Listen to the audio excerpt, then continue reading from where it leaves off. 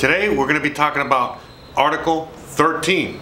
We're going to be talking about Mexico and crypto and regulations. Stay tuned for more.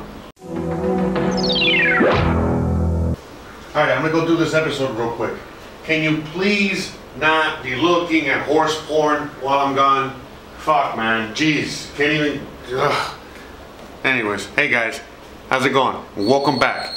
Today is Friday. Today is Friday, March 21st, 2019. This guy, he's just... he's been driving me up the wall lately. Actually, not really. I just had a little bit too much coffee this morning. So anyways, guys, we're going to be talking about number one, Article 13. Now, if you guys are not aware of Article 13, I suggest you do a quick Google search and do some research on Article 13. Now, I'm going to give you the quick layman terms on what Article 13 is. Article 13, say that 10 times in a row. Article 13 is a new legislation that the EU is passing in order to start censoring the internet even more. Now, if you thought that the YouTube algorithms were bad and that they were censoring and blocking things on a regular basis and not really showing you guys anything, well, guess what? Now the EU, created this new legislation called Article 13, in which they are going to go even further than YouTube. In fact, this new legislation is so far out there that even companies like Google, YouTube, and so on and so forth have been coming out and saying, hey, this Article 13 is kind of like out of hand. It's a little bit too much censorship. Now, to make it, to just explain it really shortly, what Article 13 is, it's just a total censorship, even more censorship. So, you know how you couldn't use certain clips and, how now you can't use certain clips, certain pieces of music, certain pieces of things like that because of copyright or copyright infringement, and then you get demonetized or whatever.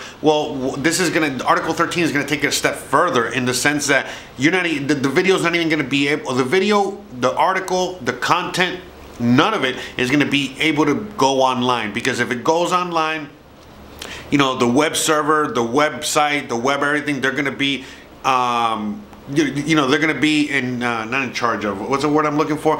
They're going to be fined. They're going to most likely get taken down, and so on and so forth. And this just makes like the whole censorship thing like even worse, so it's like really, really bad. Now, again, the reason I'm telling you guys to go look up Article 13 on your own is because you're already going to hear a lot of the things that I could be saying to you guys over and over again.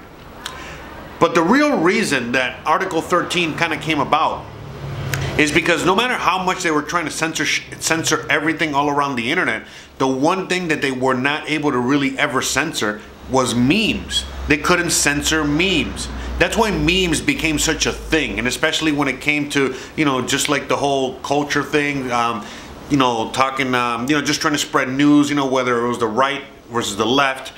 All I'm saying is that the real reason that Article 13 came into place is because they were trying to censor memes. Because up until this point, through all this censorship that has been going on, they have not been able to censor memes. There was no way, there was no real algorithm or way in which it can censor memes and censor the information that was transferred through these memes. And again, I don't need to go too far into like the whole meme war and what memes mean nowadays and what they have become. Now, why is this important if it's only affecting Europe? Well, again, Europe is falling. London Bridge is burning down, falling down, right? Anyways, but like Europe is falling. Europe is a major component of like the whole economic system. They're joined at the hip with the US and a bunch of other things around the world. So if something is going to be affecting the whole copyright thing, the whole YouTube thing, the whole everything, in Europe, it's also going to be affecting everyone else just as a side effect type of thing. So for example, all of a sudden now Europe is going to become an alcoholic, and even though we have nothing to do with them, we do have a lot to do with them in the sense that we're not gonna have the side effects of alcoholism that Europe is gonna have, but we will have all the side effects of having an alcoholic friend. You follow?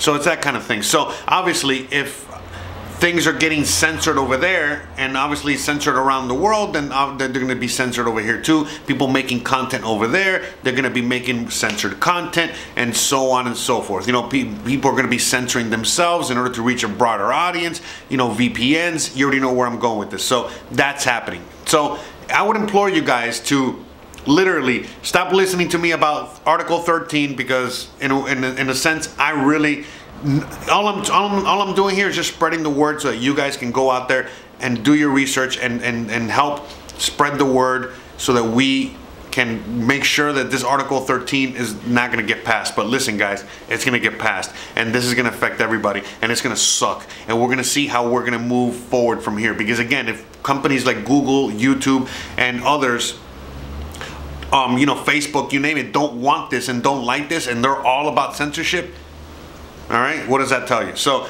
that's happening. So here, that's Article 13. The reason I'm bringing it up is because I think next week they're going to go into voting, and then the whole process is really about to start. This is something that's been going on for months, and again, I brought it up in a few times here and there in several videos, but I feel like you know, I had to bring it up right now, and I'm probably going to be bringing it up next week again. All right, next thing that we're going to be talking about. Right? Wait, like this. All right, so that's good. All right, hold on, let me get the thumbnail. Okay. Now the next thing, now this is the last thing I'm going to talk about, all right? Because this is a very, very important subject, not just for me, but for a lot of people. But about a couple days ago, there was this news article that was going around the crypto circles out here in Mexico, in which the Mexican Central Bank, the one that I talk really good stuff about, well, again, you know, it serves me right for even wanting to trust a bank. All these banks are the same. They're all the same. Fuck, I hate them all. Anyways. So, the Mexican Central Bank came out and said that they are going to be pushing these new crypto rules and regulations. And none of those rules and regulations are any good. In fact, new regulation would effectively ban crypto exchanges in Mexico. Now, you know, let's just kind of look at, first of all, before we go too far into it, they're not going to be banning crypto. Crypto can't be banned, okay? After reading the article and doing the research, again, they want to ban crypto. They want to get rid of crypto and all this other stuff, but it's not gonna work, okay? Pretty much what they were saying is that okay, so the Mexican Central Bank came out and literally just said, hey, we think that the people of Mexico are too dumb to handle crypto, and so this crypto stuff is very complicated, so we don't want to, you know, we don't want people to lose their money or anything like that, so we're just gonna like not allow people to trade them and that kind of stuff. And then at the same time, they MIT, yes, the MIT came out with the paper outlining a plan for getting rid of physical cash, not just in Mexico, but all over Latin America. Now, when I first saw all this and what's going on here, this is I'm gonna give you the quick layman terms, okay? We're gonna be doing more episodes on these individual things later on, okay? I just wanted to cover these things real quick, all right? But literally what it seems like Mexico is doing is that they want to roll out central banking and banking throughout Mexico and throughout Latin America. 91% of all transactions are fiat. They're paper, they're cash. And so the banking system sees like, oh my God, look at all this untapped money transferability, all right? We could really take advantage of this. So what they want to do is that they also see crypto. And by the way, the whole thing with central banks and the war on crypto is very simple. Remember, I've talked to you guys many times in which how crypto, how it's really going to blow up and how it's really going to, you know, get the mass adoption is by reaching out to places like India, Latin America, Africa, all these places with a lot of poor people, and they have no bank, zero banking. And banks are, find it way too expensive to go out there, put a building. Again, think about it, like a bank in a village, shit like that. A lot of these things kind of are not feasible, don't make sense, they're not, financially viable for the bank themselves or anything like that. It's not a good business plan. But, the whole money transfer and just having an economic system, it's valid everywhere, everywhere from a tiny little village to a ginormous civilization. So now with the advent of crypto, it has allowed, and it's going to allow, all these poor people and all these tiny communities all over the planet to all of a sudden become banked and allow the banking system to occur. So the banking system, okay, sees this as a major threat because these are all these customers that have not been tapped yet, and now they see that overnight all these customers could literally disappear and go into crypto, and why would they want to go into the regular banking system if they do that? So this is why you see them all of a sudden doing these things in certain countries, like Russia, China, India especially, but it doesn't matter what country it is, and now here in Mexico and the rest of Latin America, what they're trying to do is that they're just trying to put a stop to this cryptocurrency stuff before it even gets started, so that they have enough time so that they can set up their banking infrastructure and then just take over. As simple as that. And that's a threat. Now, why I keep bringing up India is because a few years ago, India, again, is a very similar situation to Latin America, in which like 90+% of the population only uses cash. And they are trying to, and they've been trying to make cash illegal over there.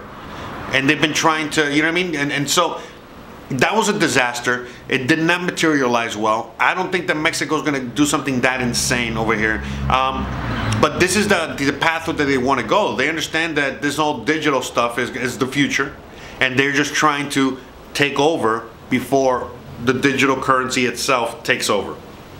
Okay? So remember, notice that almost every episode this week has been about the banks, one way or another. Same here. The banks are literally, they know what's going on, and now they're fighting. Now they're punching back hard. Okay. Now the guy that is the guy that runs the Bank of International Settlements, the central bank of central banks, Agustin Cardenas, or whatever those name is. The guy that's in charge of the BIS, he was the former head of the Bank of Mexico. Okay, so he was the guy that was in charge of the Mexican economy, and then he became the guy that's in charge of the Bank of International Settlements. So obviously every single day that we look at the Bank of International Settlements, among other central banks, but especially them, we are seeing that what they're doing is that they just keep talking shit about crypto and pushing crypto back further and further. Is cryptocurrency, is that money? It's not money because it doesn't fulfill the key characteristics of money. Probably the easiest way to put it is that it's not widely accepted, it doesn't have a stable value, therefore it's very difficult to use it as a medium of exchange. It also has let many people down in terms of security with which it can be used, and basically it's not being used as currency. They are, in the best of cases, they are an asset based on an algorithm that can generate some value in the future, but it basically it can be nothing. I mean, as many of these cryptocurrencies have died, and many people have lost huge amounts of money. So right now, the Mexican Central Bank has said that there's going to be like a 60-day period before they go into voting or do any kind of anything, and they're going to allow the people and anyone that's out there around the world or what have you that's seen the situation, if they want to chime in with any suggestions or anything, that they're going to take everything into consideration going forward. And again, a lot of people are just saying, hey, we need to educate the central banks and blah, blah, blah, so that, because what they're doing is a major mistake. Because again, if they go through with this, then all of a sudden Mexico will have the harshest cryptocurrency regulations in the whole world, which is kind of crazy and kind of insane. But when you're looking at everything, it seems to be falling right in line with exactly what they want. India has pretty harsh cryptocurrency regulations. The United States, now the United States all of a sudden doesn't seem like they're having, you know, like the regulations are as stiff as other places. But you see where I'm going with this. They're clamping down hard in any way and shape that they can, in form that they can. So again, it's not going to be a big deal. It's going to be very easy for them to clamp hard. It's going to be very easy. Sorry, loud. It's going to be very easy for them to clamp hard in a place like Mexico if most of Mexico doesn't understand or even know what a cryptocurrency is. You understand? So it's very easy for them to whatever. And then this 60-day period in which they're going to, you know, hear any kind of suggestions as to what they're going to do. Do you think that the central bank is going to fucking listen to us, the people? No, they're not. They know exactly what they're doing. So, you know, these are the things that are happening. Okay? There's a lot of stuff happening. So right now, you know, going back to the president of Mexico, I'm semi a fan, semi not a fan. You know, it's just all going to depend on what he's going to be doing going forward. You know, he does a couple things that are great, a couple things that are bad, but at the end of the day, seems like every leader around the world is a piece of crap. Okay? And they're not, none of them have any interest in the people at all, period, in the story. So, you know, yeah. Hey, if there's a leader out there that's doing good to the people, for the people, please let me know, all right? Because it seems like everywhere we look across the board, the people are getting shafted and, you know, these leaders are not doing anything except following orders, if you know what I'm saying. Now, I'm going to end the episode here, okay? I feel like we have a lot of stuff that we could talk about here. So I'm going to leave it, I'm going to throw the ball into your court now. Let's continue this conversation down in the comments. Let's continue the conversation going forward. I'm not going to have an episode tomorrow, Saturday. Saturday is usually my day off. I very rarely have an episode. On Sunday, I will be back. On Sunday night, we're going to have a live stream, a Mexico-only YouTube live stream. So I'll see you guys there. And then Monday, we're going to be back to normal. Depending on the comments and depending on where we go with this, depending on the episode I'm going to be filming for Monday, okay? But again, we have a lot of stuff to talk about, and just like we were talking about yesterday, now we're opening this up, the Pandora's box, all the way for reals. Hope it's not too noisy. I swear to God, I feel like I'm in Mexico sometimes. Guys, thank you so much for watching. I love you guys. I appreciate you guys. You guys are the best. Shout out to all my new patrons. Shout out to all my old patrons. Shout out to everyone out there that contributes in every way, shape, and form. You know, whether it's through Discord, through, you know, any other contributions, and so on and so forth. Don't forget to please like, please subscribe, please share, and more importantly than anything, stay awesome. Have a great weekend, and hit that bell icon, and I'll see you guys Sunday. Not mañana, Sunday. Peace. Regulators around the globe are concerned that cryptocurrencies are vulnerable to investor fraud and have been used to finance illicit activities. But cryptocurrencies are different from other asset classes in that they are not issued by anyone who could be regulated. They're borderless and they can function in isolation from the existing financial system. This raises the basic question of whether they can effectively be regulated. To answer this question, we build a dataset of regulatory news events and systematically evaluate whether cryptocurrency markets react to regulatory news. We do find that there is a strong reaction of prices and transaction volumes. To exemplify, take a look at what happened when the US Securities and Exchange Commission in early 2017 denied an application for a Bitcoin exchange-traded fund. Immediately after the announcement, the price of Bitcoin dropped by 16%, and also other cryptocurrencies were strongly affected.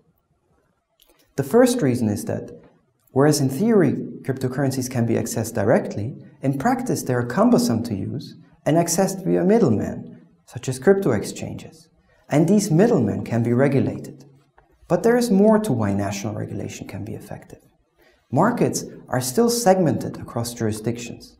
Case in point is the kimchi premium, the fact that the price of Bitcoin has at times been 40% higher in Korea than elsewhere. Underlying strict foreign exchange regulation makes it difficult to trade Bitcoin across borders. Overall, we find that there is scope to apply regulation, should authorities decide to do so. And we also find that regulation is not necessarily bad news for the cryptocurrency industry. Many cases of fraud and theft via hacking document that it could benefit from a well-defined legal status.